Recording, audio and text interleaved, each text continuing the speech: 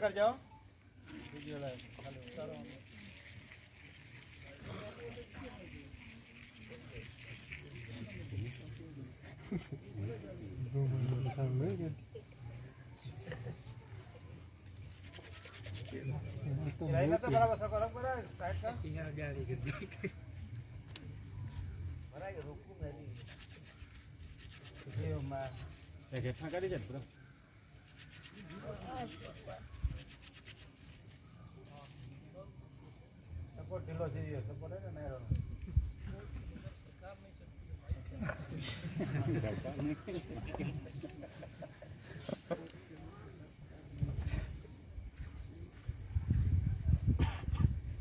منبر نور پر جلوہ بار باوقار سادات کرام،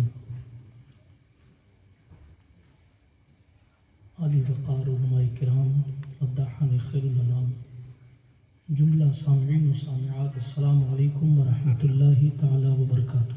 وعلیکم السلام۔ الفاتحہ الی حضرت روح النبی الکریم علیہ التحیۃ والتسلیم۔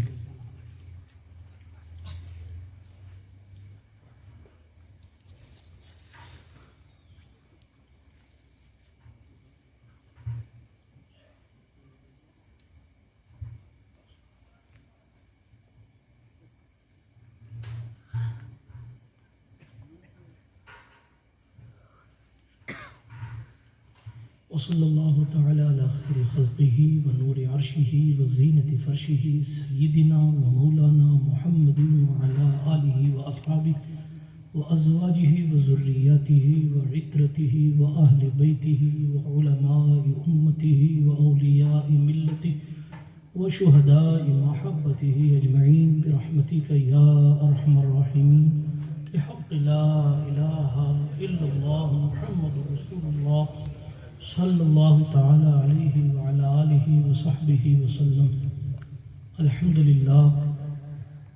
الحمدللہ منشی الخلق من عدم ثم الصلاة علی المختار فی القدم امن تذکر جیران بزی سلم مزجت دمعا جرا من مقلة بالدم مولایا صلی وسلم دائما ابدا علی حبیبک خیر الخلق کلہم محمد سید الکونین والثقلین والفریقین من عرب ومن عجم هو الحبیب الذی ترجى شفاعته لكل حول من الأهوال مقتحم ثم الرضا عن أبي بكر وعن عمر وعن علي وعن عثمان ذي الكرم والآل والصحب ثم التابعين لهم أهل التقى والنقى والحلم والكرم يا ربي بالمصطفى بلغ مقاصدنا يا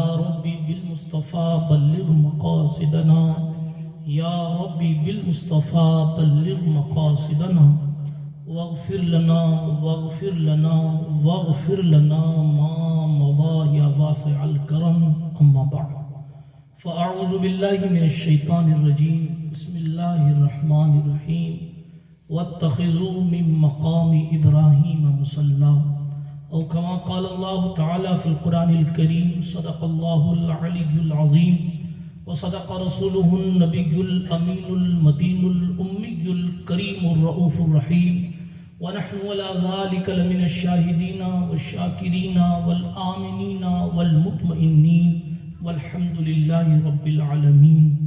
ہم پہ احمد کا ہو سایہ، ہم پہ اشرف کا کرم، سیدی مختار اشرف با صفا کے واسطے، اے اشرف زمانہ زمانہ مدد نما درہائے بستراز کلید کرم کشا سرورہ شاہا کریمہ دستگیرہ اشرفہ حرمت روح پیمبر یک نظر کن سوئے ماں معین الدین حسن عالم پناہ بسوئے ماں غریباں یک نگاہ پیر پیراں میرے میراں شاہ جیلاں غوث پاک ایک نظرداری برحال ماں پریشاں غوث پاک لی خمسۃ نطفی بہا حر الوباء الحاطمہ المصطفیٰ والمرتضی وابناہما والفاطمہ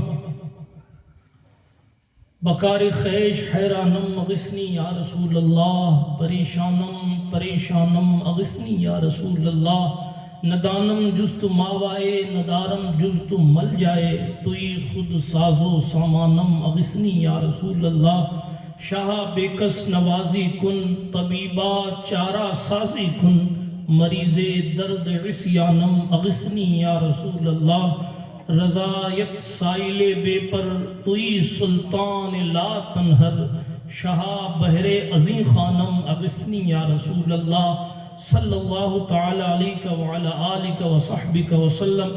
الہی خیر گدانی بحق مصطفیٰ و مرتضی و شاہ جیلانی و شاہ سمنانی۔ آئیے اس بابرکت محفل پاک میں کچھ کہنے سننے سے قبل اپنے اسلاف کے طریقے کے مطابق اپنی سستی کو بھگانے کے لیے، اپنے عشق رسالت کو بڑھانے کے لیے، اپنی بیداری کا اظہار کرنے کے لیے، اپنے محبوب کی بارگاہ میں اپنی حاضری لگانے کے لیے جی لگا کر سنی گھن گرج کے ساتھ درود شریف کا نذرانہ پیش فرمائیں۔ پڑھیں اللہم صلی علی سیدنا نبینا مولانا محمد و اصحابہ بارک وسلم، صلاۃ و سلام علیک یا رسول اللہ صلی اللہ علیہ وسلم۔ جمیع الاحوال والآفات وتقضی لنا بها جمیع الحاجات وتطہرنا بها من جمیع السیئات وترفعنا بها عندك على الدرجات وتبلغنا بها أقصى الغايات من جميع الخيرات في الحياة وبعد الممات، إنك قريب مجيب الدعوات وأنت على كل شيء قدير۔ اللہ سبحانہ وتعالیٰ کا کروڑوں احسان ہے کہ اس نے ہمیں اور آپ کو اس بابرکت محفل میں حاضر ہونے کی سعادت بخشی ہے۔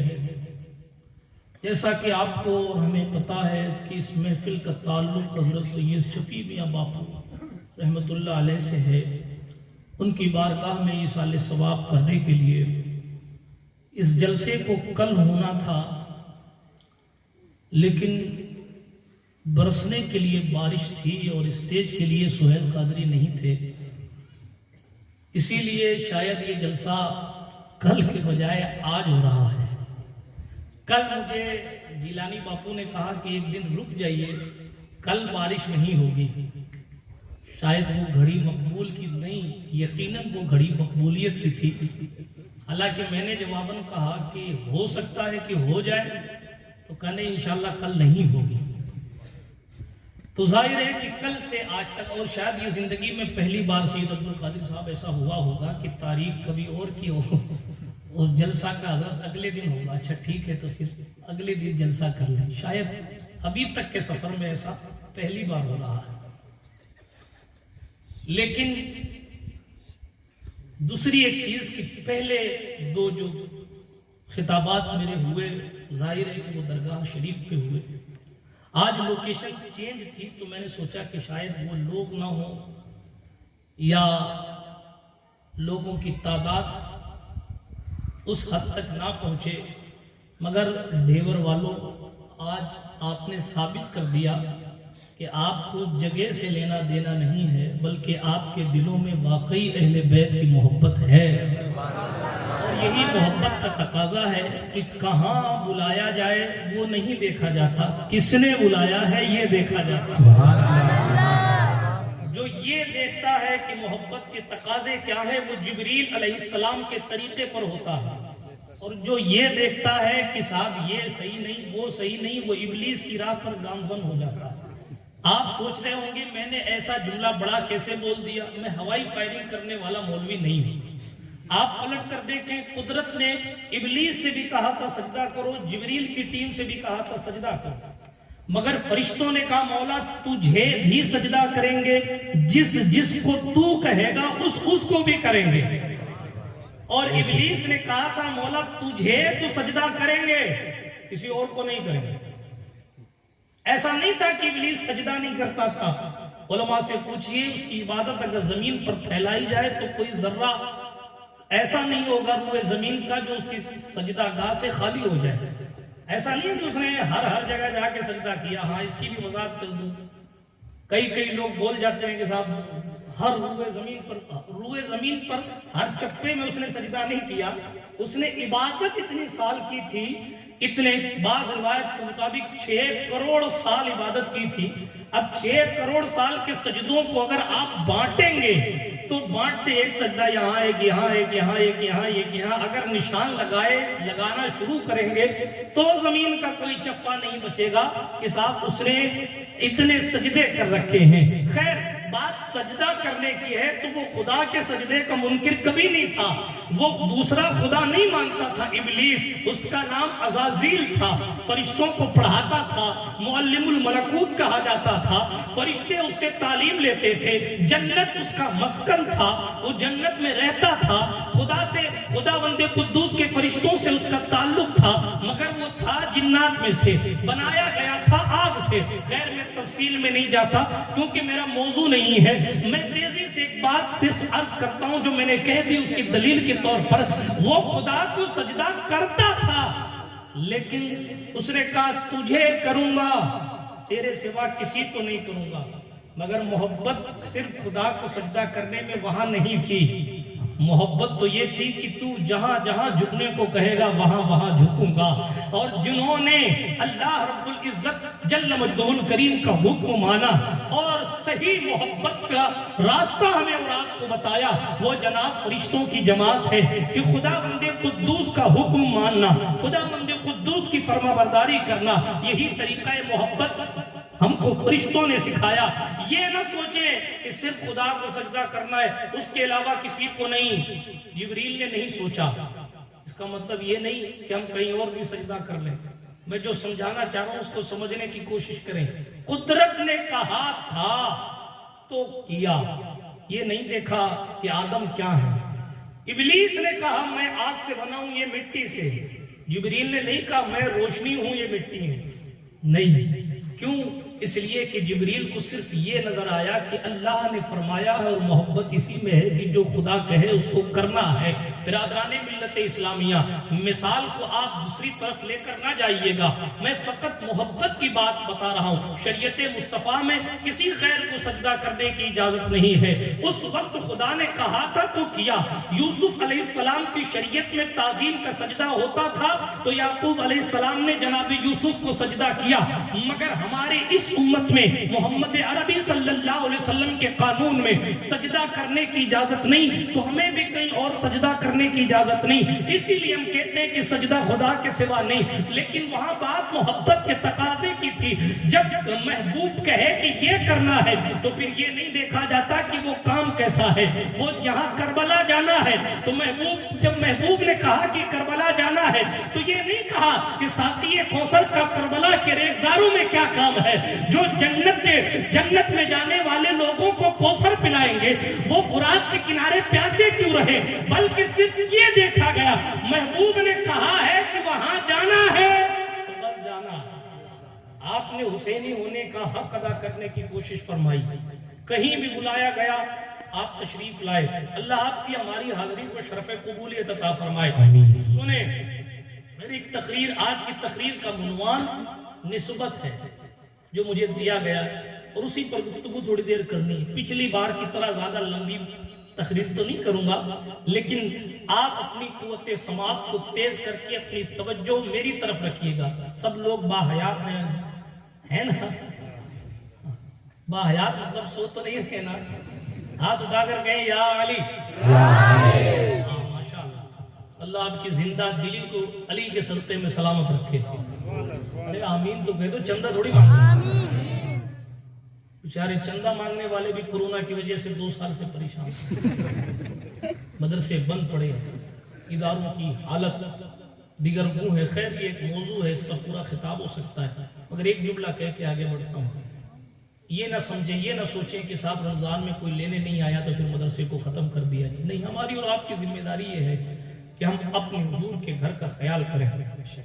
آگے بڑھتا ہوں تیزی کے ساتھ۔ کیا موضوع ہے؟ نسبت۔ نسبت کا فائدہ کیا ہے؟ نسبت یعنی تعلق نہ رکھنے والوں کے نقصانات کیا ہے، فائدہ کیا ہے، نسبت رکھنے والوں کی ترقی کیسے ہوئی، کہاں سے کون کیا پہنچ گیا، اس پر چند باتیں کر کے میں اپنی گفتگو کو ختم کرتا ہوں۔ آیت کریمہ کے ایک ٹکڑا میں نے پڑھا ہے، اس میں اللہ رب العزت کا حکم ہے کہ مقام ابراہیم کو مصلی بناؤ، یعنی وہاں نماز پڑھو۔ مصلی بنانے کا یہ مطلب نہیں ہے کہ مقام ابراہیم کے اوپر کھڑے ہو جاؤ. مصلی بنانے کا یہ مطلب ہے کہ مقام ابراہیم کی سدھائی میں 2 رکعت نماز نفل واجب الطواف پڑھو. مسئلہ سن لیجئے پہلے.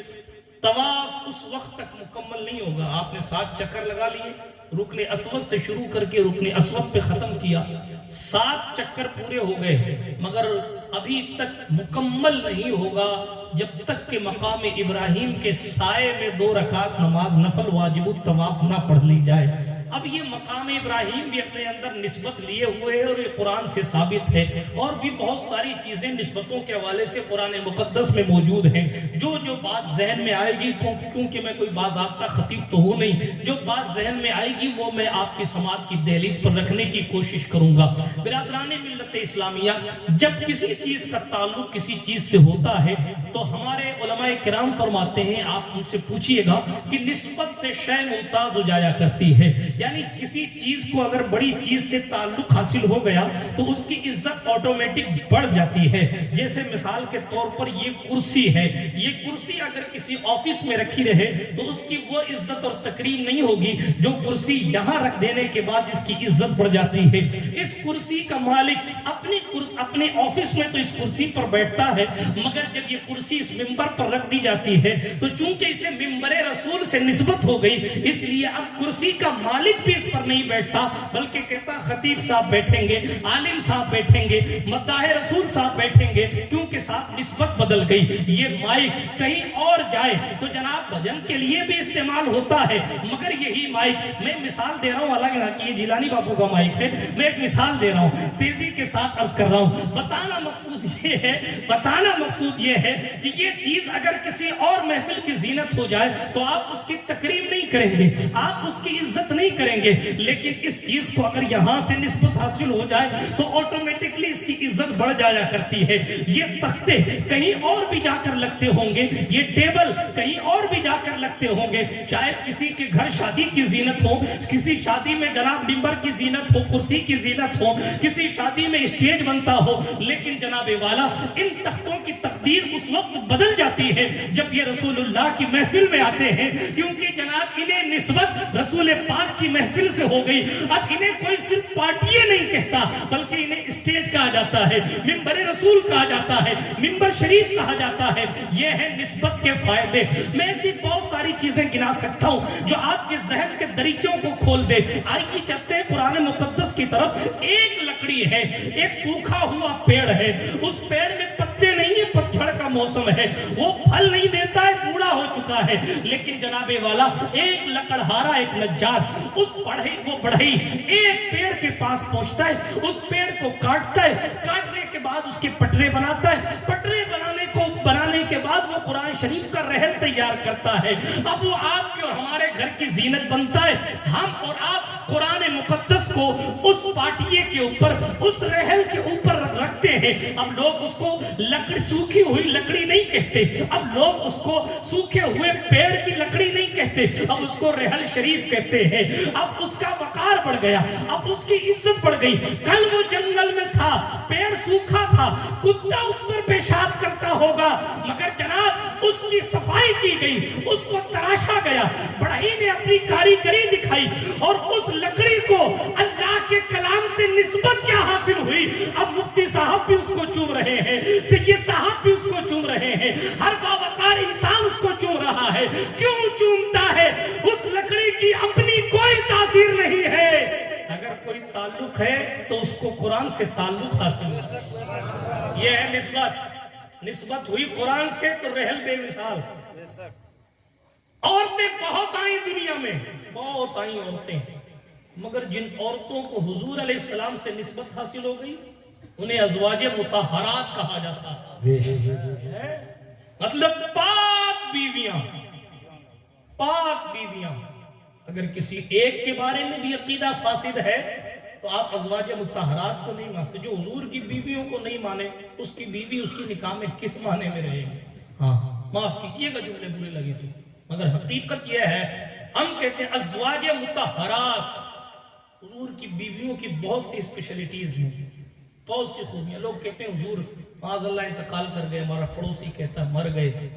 یار حکم تو یہ ہے کہ کسی کا شوہر انتقال کر جائے تو اس سے دوسرا نکاح دوسرا مومن کر سکتا ہے، مگر حضور کی بیویوں کی شان یہ ہے ان کے لیے اجازت نہیں ہے کہ وہ کسی اور سے نکاح کرے۔ کیوں؟ ہم اپنے عشق میں کہتے ہیں تو زندہ ہے واللہ، بے شک بے جب شک۔ زندہ ہے تو پھر کسی اور سے نکاح ممکن کیسے؟ ہاں ایک لمبا چیپٹر ہے یہ ہے حیات النبی کے تعلق سے، ادھر نہیں جاتا، کبھی ربیع الاول شریف میں بولوں گا یا کسی اور موقع پر حضور کی زندگی بعد ممات۔ لیکن بتا میں کیا رہا ہوں، حضور علیہ السلام کی پاک بیویاں ازواج مطہرات، اور بھی عورتیں ہیں خاندان میں، اور بھی عورتیں ہیں جناب والا قریش میں، اور بھی عورتیں عیسیٰ کے دور میں عورتیں ہیں، موسیٰ کے دور میں عورتیں ہیں، نوح علیہ السلام کے دور میں عورتیں، اور انبیاء کرام کے دور میں عورتیں، مگر میں نہیں کہتا، اللہ کا قرآن کہتا ہے۔ حافظ صاحب سے پوچھ لیجئے، یا نساء النبی لستن کاحد من النساء، عورتیں بہت ہیں مگر اے نبی کی بیویوں، اے نبی کی بیویوں، عورتوں میں سے کوئی تمہاری طرح نہیں ہے، عورتوں میں سے تمہاری طرح کوئی کیوں نہیں ہے؟ کیونکہ سب کے مقدر اپنی جگہ ہے، تمہیں جو نسبت حاصل ہے وہ چونکہ کائنات کی تمام افضل تمام ذوات سے افضل ذات محمد عربی سے تمہیں نسبت ہو گئی ہے، تو اس لیے دنیا کی تمام عورتوں میں تمہیں بہترین عورتیں بنا دی۔ بے شک، سبحان اللہ سبحان اللہ۔ تعلق نسبت کے تقاضے بھی بہت ہوتے ہیں، وقت رہا تو میں پھر پلٹوں گا اس طرف، لیکن ابھی آگے چلتے ہیں۔ عورتیں بہت ہیں مگر حضور علیہ الصلوۃ والتسلیم سے کسی کو تعلق حاصل ہو جائے تو وہ عورتیں تمام عورتوں میں بے مثال، لوگ بہت ہیں، بہت، اللہ کا کلام بہت ہے، زبور بھی اللہ کا کلام، انجیل بھی اللہ کا کلام، توریت بھی اللہ کا کلام، صحیفے بھی اللہ کے کلام، ٹھیک ہے، لیکن قرآن سب سے افضل ہے نا بھائی؟ سمجھ میں بات آپ کو آ رہی ہے؟ کتنے لوگوں کو نہیں آ رہی ہے وہ ہاتھ اٹھائیں، چلیں۔ عرض یہ کر رہا تھا، قرآن ایک ایسی کتاب جو ہمارے اور آپ کے مصطفیٰ پر نازل، توجہ رکھیں میری طرف، میں نے آپ کو جگانے کے لیے ایسا کرنا ہے، ہنسانے کے لیے یا ادھر ادھر توجہ پھرانے کے لیے نہیں، میں صرف یہ چیک کرتا رہتا ہوں بیچ بیچ میں کہ آپ سن تو رہے ہیں، میری محنت برباد تو نہیں ہو رہی۔ اس کو کہتے ہیں ہماری زبان میں تمہید، ہاں، پہلے بنیاد مضبوط ہوگی نا تو بات آپ کو سمجھ میں اچھی سے آئے گی، اس لیے میں تمہید کی باتیں تھوڑی سی کر رہا ہوں۔ اب کیا کر رہا تھا، ابھی میں مقام ابراہیم کی طرف آؤں گا، ابھی میں آپ کو نسبت کی باتیں بتا رہا ہوں۔ قرآن مقدس اللہ کی کتاب ہے، زبور اللہ کی کتاب ہے، انجیل اللہ کی کتاب ہے، مگر کیا وجہ ہے کہ انجیل افضل نہیں، زبور افضل نہیں، توریت افضل نہیں، قرآن افضل ہے؟ وہ اس لیے کہ جناب والا قرآن اللہ کی کتاب ہے اور اس کو نسبت تمام نبیوں کے سردار سے ہے۔ جب تمام نبیوں کے سردار سے کتاب کو نسبت ہو گئی تو قرآن تمام کتابوں میں افضل، اس لیے کہ جس پر قرآن اترا وہ تمام نبیوں میں افضل ہے۔ ہم اور آپ افضل کیوں ہوئے؟ اس لیے یہ نہیں کہ اس میں جناب والا بہت عبادت کرنے والے ہیں اس لیے امت محمدیہ افضل ہے، ایسا نہیں ہے کہ امت محمدیہ کا جو ہے وہ سیزن بڑا لمبا ہے اور کئی سالوں تک اس امت کو چلنا ہے اس لیے یہ امت افضل ہے، نہیں جناب والا، بات نسبت کی ہے، چونکہ یہ امت نسبت رکھتی ہے تمام نبیوں کے سردار سے، تو اس لیے فرمایا کنتم خیر امت اخرجت للناس تأمرون بالمعروف وتنہون عن المنکر وتؤمنون باللہ، اللہ پر ایمان رکھو، خود بھی بھلائی کرو، دوسروں کو بھی بھلائی کا حکم دو، خود بھی برائی سے رکو، دوسروں کو بھی خود بھی برائی سے رکو اور دوسروں کو بھی برائی سے روکو، تم بہترین امت ہو کیونکہ تمہیں مصطفیٰ سے تعلق حاصل ہے۔ سبحان اللہ۔ صحابہ حضرت موسیٰ کے بھی بہت ہیں، صحابہ سرکار نوح کے بھی ہیں، صحابہ سرکار عیسیٰ کے بھی ہیں، حوارین جن کو کہتے ہیں، لیکن وَكُلًّا وَعَدَ اللَّهُ الْحُسْنَى کا تاج، مطلب اللہ نے 1 2 3 4 5 نہیں، سارے صحابہ سے اچھائی کا وعدہ کیا، سارے صحابہ سے اچھائی کا وعدہ.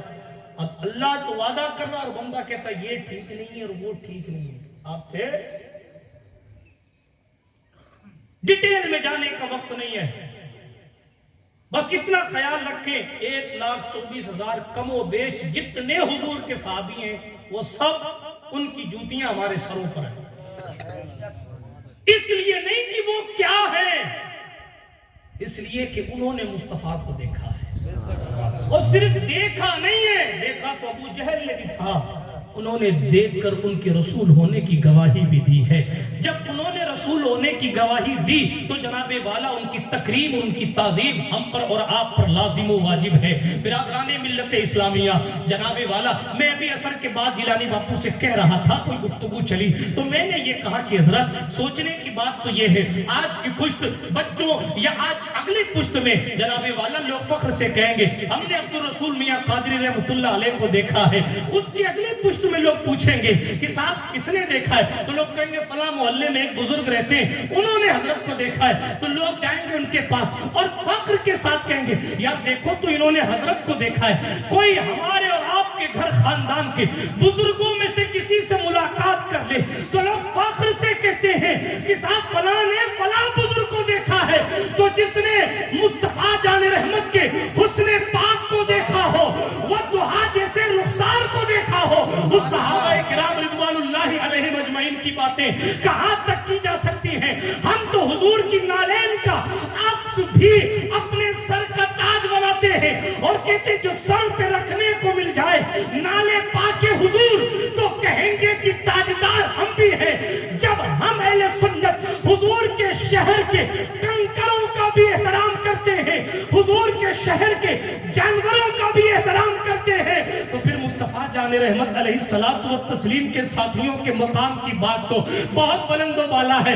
خیر میں نے فضیلت صحابہ پر تقریر نہیں کرنی، میں صرف اتنا کہہ رہا ہوں ساتھی اور بھی نبیوں کے تھے مگر جناب والا جانثاروں کی شان اور تھی. موسیٰ کے ساتھیوں کا معاملہ یہ ہے من و سلوہ آتا ہے، جنت سے کھانا آتا ہے، کھاتے ہیں. موسیٰ علیہ السلام انہیں بنی اسرائیل سے بچاتے ہیں. موسیٰ علیہ السلام ان کے لیے راستہ بناتے ہیں پانی میں، سمندر میں.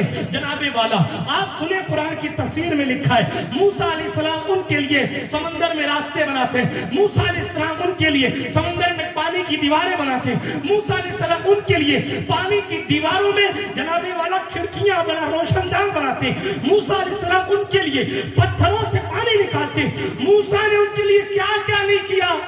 مگر جب موسیٰ نے کہا اپنے ساتھیوں سے چلو قوم عمالقہ سے لڑتے ہیں تو پوچھو حافظ صاحب سے. انہوں نے کہا فَاذْهَبْ أَنْتَ وَرَبُّكَ فَقَاتِلَا إِنَّا هَاهُنَا قَاعِدُونَ. آپ اور آپ کا رب جائے، ہم تو یہاں بیٹھے. جنت کا محل کھانے والے کہہ رہے آپ اور آپ کا رب جا کے قتال کرو، ہم تو یہاں بیٹھے رہیں گے.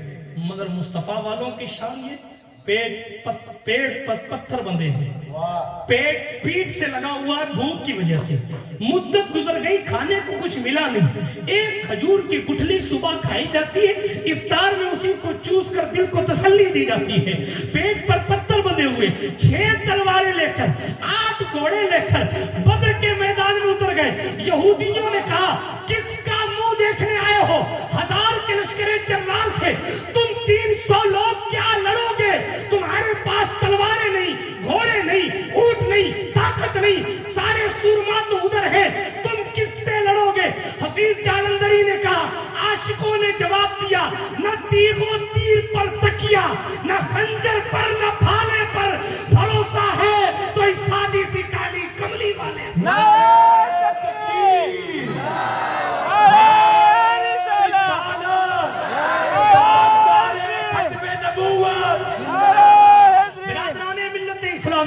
یہ صحابہ ہیں. بہرحال میں کسی کی صحابی کی تلقیس نہیں کر رہا مگر یہ بابانگے تو حل کہتا ہوں اس نیل گگن میں، اس فرش زمین نے عاشق بہت دیکھے ہوں گے مگر ایسے جانثار نہیں دیکھے جیسے جانثار اللہ نے محمد عربی کو عطا فرمائے تھے، اللہ نے حضور کو جیسے صحابہ دیے تھے. اور جماعت کے لوگ رشک کرتے ہیں کاش ہمیں صدیق اکبر کی ٹیم کا کوئی ایسا ملا ہوتا تو ہم بھی اپنے مقدر پر رشک کرتے. خیر فرق بہت ہے، میں نے صرف اتنا کہنا ہے، ساتھی تو اور بھی نبیوں کے تھے، مگر رضی اللہ عنہم ورضوا عنہ کا تاج اللہ نے مصطفیٰ جان رحمت کے ساتھیوں کو عطا فرمایا۔ کیوں دیا؟ اس لیے کہ یہ نہ دیکھا جائے کہ کس کی عمر کتنی ہے، ہاں، یہ نہ دیکھا جائے کہ کس کا عمل کتنا ہے۔ اگر عمل دیکھتے تو پہلے کے نبیوں کی امتوں میں جو ان کے صحابہ تھے، ان کی تو 600 سال، 700 سال، 800 سال عمریں تھے۔ 800 سال عمر رکھنے والا ایک طرف، اور 40 سال، اور 40 سال تو بڑی چیز ہو گئی، ایک بندہ ایک وقت بھی نماز نہ پڑھے، ایمان لایا، حضور کو دیکھا، انتقال کر گیا، صرف اتنا ہی ہوا، صحابی ہے، اس لیے کہ ایمان کی حالت میں حضور سے مل گیا۔ ہاں، دیکھنا بھی شرط نہیں ہے جی، ملاقات ہے۔ اگر دیکھنا شرط ہوتا تو جو لوگ نابینا تھے انہیں صحابی نہیں کہا جاتا، لیکن انہیں کہا جاتا ہے۔ تو ان آنکھوں سے دیکھنا ضروری نہیں، شرف لقاء، ملاقات ہوئی ہو حضور سے، بس حضور سے ملاقات ہو گئی، آپ صحابی، وقت کا غوث اعظم۔ ہاں، 15 سال تک کرخ کے ویرانے میں ایک ایک رات میں پورا قرآن آمین کرتا ہے، مگر کسی صحابی کے قدم کی برابری نہیں کر سکتا۔ کیوں؟ عمل نہیں دیکھنا، پھر کیا دیکھنا ہے؟ نسبت۔ کیا ہے؟ نسبت۔ کتنا بڑا تہجد گزار نہیں پڑتا۔ ایک تھا نا، ایک نوجوان یہودی تھا، مصطفیٰ جان رحمت علیہ السلام و تسلیم سے بڑا بغض رکھتا تھا، اس کا باپ بھی سخت یہودی تھا، مگر جناب یہ الگ بات ہے کہ پیٹھ پیچھے حضور کی برائی دیکھی تھی، مگر ایک دن اس جلوہ والضحیٰ پر نظر پڑ گئی، ایک دن ان کالی زلفوں والوں پر نگاہ پڑی، اللہ اکبر، ہم نے تو دیکھا نہیں مگر جنہوں نے دیکھا ان کی کیفیت بدلی۔ پیر سرکار سید مہر علی شاہ صاحب گولڑوی جیلانی رضی اللہ تعالیٰ عنہ ہے، سفر حرمین شریفین میں، وادی حمرا ہے، عصر کی نماز کا وقت ہے، عصر کی نماز تھکے ہوئے ہیں، قصر پڑھنی تھی یا حضر پڑھنی تھی، جو بھی پڑھنی تھی، جلدی میں سنت غیر موقدہ کو ترک کر دیا اور فرض پڑھ کے سو گئے، چونکہ تھکاوٹ بہت تھی، بھلے ہی جان بوجھ کر نہ سوئے ہو، آنکھ لگ گئی، جب آنکھ لگی تو مصطفیٰ جان رحمت کا دیدار ہوا، اور سادات کرام بالخصوص سنے، جناب نسبت کے تقاضے بھی بہت ہوتے ہیں، جب آنکھ بند ہوئی تو سرکار رسالت مآب خود تشریف لائے، پیر مہر علی نے حضور کو دیکھا اور حضور نے پلٹ کر کہا، مہر علی مجھے دیکھنے کا اشتیاق رکھتے ہو اور میری سنتوں کو چھوڑتے ہو؟ اللہ اکبر، اتنا کہنا تھا کہ مہر علی سرکار کی آنکھ کھلی، مگر چونکہ ابھی تازہ حسن دیکھا تھا، اب عکاسی کرنے پر آئے تو کہنے لگے، اس صورت منہ میں جان آکھا کہ جانے جہاں، جناب پوری عکاسی پورے کلام میں کی، اور کلام میں ساری عکاسی، پورا کلام پنجابی میں لکھنے کے بعد آخر میں کہا، کتھے مہر علی، کتھے تیری ساتھ گستاخ کیا، کتھے جاؤ۔ ہاں، یہ پورا کلام آج سکھ متران دی ودیری، یہ اس پس منظر میں لکھا ہوا، حضور کو دیکھ کے لکھا ہے، حضور کو دیکھ کے لکھا ہے۔ بعض لوگ ایسے ہوتے ہیں جو حضور کا تصور کر کے لکھتے ہیں، بعض ایسے ہوتے ہیں جو حضور کو دیکھ کے لکھتے ہیں۔ حضور کو دیکھ کے لکھنے والے حسان ابن ثابت دیکھتے ہیں تو کہتے ہیں، وَأَحْسَنُ مِنْكَ لَمْ تَرَ قَطُّ عَيْنِي وَأَجْمَلُ مِنْكَ لَمْ تَلِدِ النِّسَاءُ۔ حضور کو دیکھ کے لکھنے والے، جناب والا لکھنے پر بہت کچھ لکھا، میں ساتھی کو پڑھوں گا تو بلغ العلا بکمالہ، کشف الدجا بجمالہ، حسنت جمیع خصالہ، صلو علیہ وآلہ۔ کبھی آپ جامی کو پڑھیں گے، تنم فرسود جا پارا سے ہجرہ یا رسول اللہ، آپ پڑھیں گے مہر علی کو تو کہیں گے کیوں دلڑی اداس گھنیری ہے، آخر کیا وجہ ہے؟